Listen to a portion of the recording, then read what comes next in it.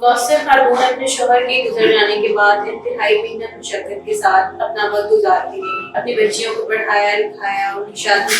अब घर के हालात कुछ इस तरह से हैं, घर के रोजमर्रा के अखराजात, बिजली के बिल, घर का किराया, बच्चियों की तालीम, ये सब चीजें एक अकेली खातून के लिए उठाना मुश्किल हो। बीमार भी रहने लगी है, बुजुर्गी भी है, अपने घर के अखराजात पूरे करे या अपनी बच्चियों की तालीम का खर्चा पूरा करे। इस फैमिली के लिए कुछ माह की कफालत दरकार है। आपसे मेरी गुजारिश है कि ऐसी फैमिलीज को सपोर्ट करते रहें और शऊर का साथ दें।